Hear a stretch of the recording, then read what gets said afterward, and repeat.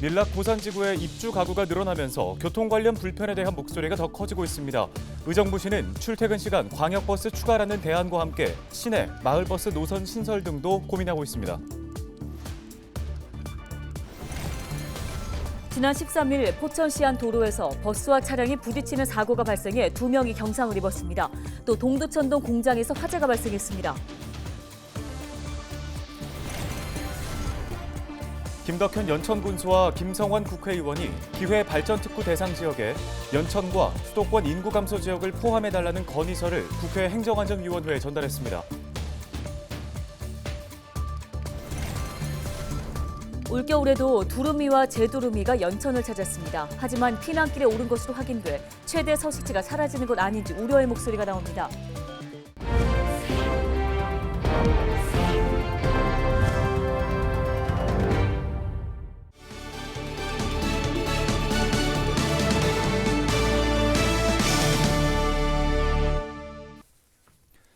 시청자 여러분 안녕하십니까? 헬로티비 뉴스입니다. 밀락 고산지구의 교통 불편 문제는 어제 오늘 일은 아닙니다. 입주 가구가 늘어나면서 교통 관련 불편에 대한 목소리가 더 많아지자 의정부시는 출퇴근 시간에 광역버스 추가라는 대안을 내놨습니다. 여기에 하반기에는 시내 마을버스 노선 신설 등도 고민하고 있습니다. 김소영 기자가 취재했습니다. 밀락 고산지구에서 잠실 광역 환승센터를 오가는 G6000, G6100번 버스가 지난해 8월 4회에서 9회로 증차됐습니다. 배차 간격도 감소되면서 출퇴근 시간 불편이 일부 해소됐습니다. 하지만 신규 아파트 입주민이 늘어나고 지난해 11월 광역버스 입석 금지가 시행되면서 또다시 버스 타기 눈치 싸움이 시작됐습니다. 각 지자체에서는 시민 불편을 해소하기 위해 서둘러 전세버스를 추가하고 광역버스 증차, 증회에 나섰습니다. 의정부도 G6000, G6100번 버스를 각각 2회씩 더 증차했습니다. G6000번은 3월 중 2층 버스도 추가로 투입할 예정입니다. 하지만 증차만으로는 밀락 고산지구 주민들의 교통 불편을 해소하기 어렵다고 판단하고 밀락 고산지구에서 상봉역을 오가는 광역버스 신설을 국토교통부 대도시권 광역교통위원회에 신청해 결과를 기다리고 있습니다. 상봉역은 밀락 고산지구에서 구리 포천 고속도로를 경유하여 환승을 통해 서울 강북권, 강남권 등 중심으로 빠르게 진입이 가능한 지역으로 노선 신설 시 향후 복합문화 융합단지 등 광역교통 수혜에 선제적 대비가 가능할 것으로 판단됩니다. 하반기에는 마을버스 노선 신설, 즉 의정부형 준공영제도 논의 중에 있습니다. 마을버스를 직선으로 연결시킨다는 것은 마을버스 입장에서 보면 손해나는 일입니다. 이렇게 약간 좀 꾸불꾸불 다니면서 사람 많은데 찾아다녀야 수지가 맞는 것인데 결국 그 손실을 우리 행정이 부담해서 가야 될 것이다. 이것이 이제 결국 마을버스 준공영제라고 하는 그런 개념입니다. 인구 증가와 입석 금지 등 대중교통 부족으로 이른바 출퇴근 지옥을 겪고 있는 밀락 고산지구 주민들. 각종 대책 마련에 힘쓰고 있지만 대안이 시민들의 교통 불편을 해소할 수 있을지 지켜봐야 하겠습니다. 헬로티비 뉴스 김소영입니다. 연천군이 기회발전특구 대상 지역에 연천을 비롯한 수도권 인구 감소 지역을 포함해달라는 건의서를 국회 행정안전위원회에 전달했습니다.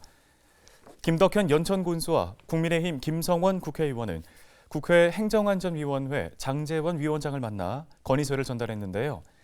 기회발전특구로 지정되면 국가와 지자체는 기회발전특구에 투자하는 개인과 법인에 대해 행정, 재정적 지원을 할 수 있고 국세와 지방세를 감면할 수 있습니다. 현재 기회발전특구 지정과 관련한 지방자치분권 및 지역균형발전에 관한 특별법안은 행정안전위원회 상임위원회에 회부돼 전체 회의 상정을 통한 법안 소위의 심사를 예정하고 있습니다. 의정부시가 송출길 확장 등 4개의 노선 도로 개설 사업을 본격적으로 추진합니다. 세부 추진 사항은 송출길 6차로 확장, 국도 3호선과 서부로 연결 IC 개설, 밀락 고산지구 연결도로 개설, 용현 산업단지에서 서경구 앞 도로 개설 등인데요. 의정부시는 올해 4개 사업에 필요한 국비 106억 5천만 원을 확보했다고 밝혔습니다. 의정부시 박성복 안전교통국장은 송출길 확장 사업을 비롯한 도로 개설 사업이 완료되면 지역 교통 체증 개선에 큰 도움이 될 것이라고 예상했습니다.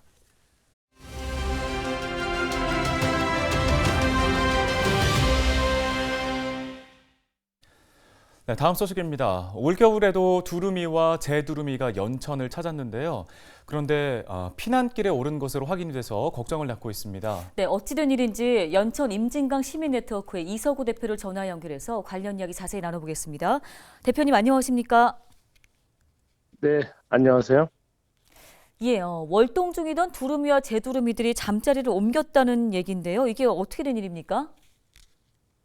군남댐 담수가 제일 문제죠. 군남댐 담수를 해가지고 장군열의 잠자리가 이제 수몰되면서 군남댐 하류의 그 민통선 밖으로 이제 두루미들이 이제 잠자리를 좀 옮겼어요. 근데 이마저도 그쪽에는 제가 계속 지켜봤는데 잠자리는 옮겼지만은 또 위협 요인이 있어가지고 두루미들이 많게는 한 300여 마리까지 한 자리에서 자는데 얼마 전에 확인을 해보니까 두루미들이 이제 갑자기 놀라서 갑자기 동시에 날아가는 모습이 지금 확인을 했어요. 그러다 보니까 사기 나와가지고 잠자리를 접근을 하려고 하는데 거기도 이제 다행히 두루미들이 이제 물 한가운데서 자고 있기 때문에 사기 접근을 하려다가 실패하고 돌아간 경우를 또 봤습니다. 네, 이 두루미들은 겨울철 진객이라고 불리는 연천의 귀한 손님들인 만큼 더 걱정이 되는데요. 이 잠자리 문제를 해결하려면 군남댐의 담수 문제를 해결해야 되는데 수자원공사 측에서는 생태와 농업을 위해서 담수가 불가피하다고 주장을 하고 있습니다. 어떻게 보고 계십니까? 지금 10월 달부터 겨울철에 담수를 한다는 거는 도저히 이해가 안 가죠.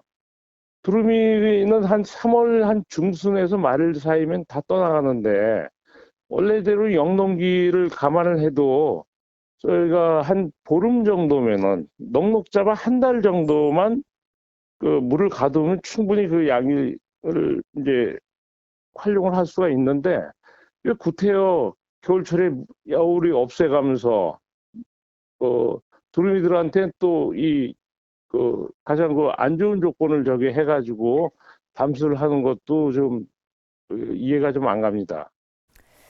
예, 사실 이 담수 문제는 매년 두루미 서식지 관련해서 논란이 되고 있는 만큼 이번엔 어떤 좀 진일보한 논의와 결정이 이루어지기를 바라는데요. 그런데 이 두루미들 잠자리에 대한 걱정은 여전한데 좀 긍정적인 변화도 있다고 들었습니다. 이건 어떤 얘기인가요?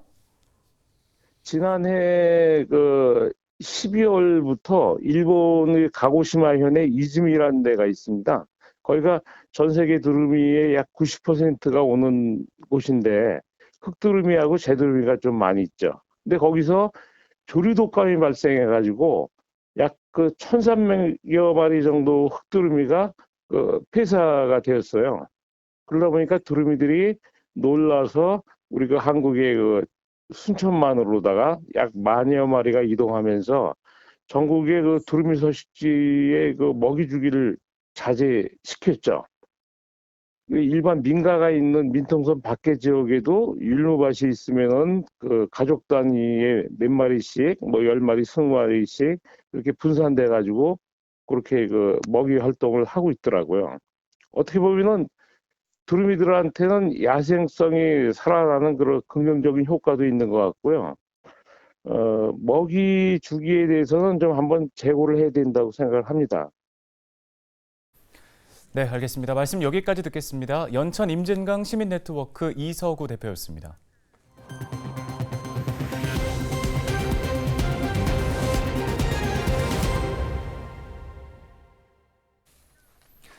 포천시 한 도로에서 버스와 차량이 부딪히는 사고가 발생했습니다.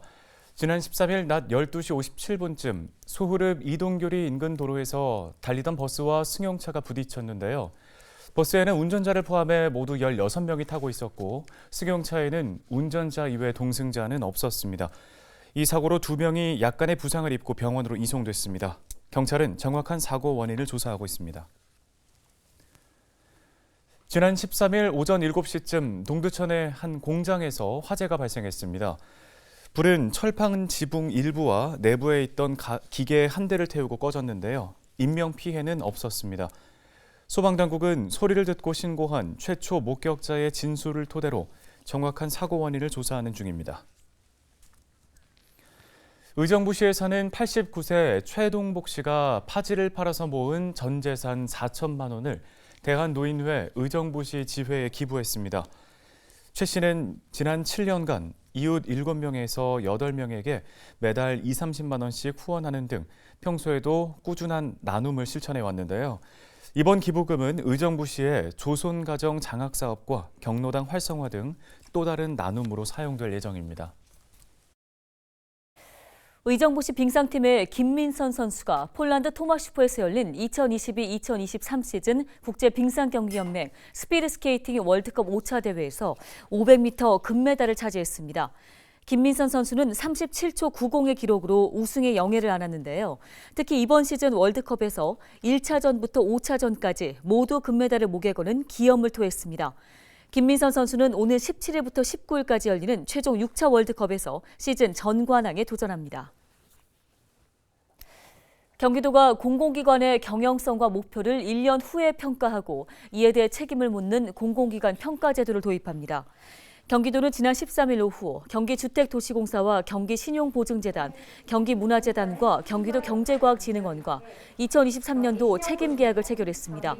책임계약은 해당 공공기관장 임명 시에 목표를 도지사와 합의해서 확정하고 달성도와 성과를 1년 후에 평가하는 제도입니다. 뉴스 마칩니다. 고맙습니다.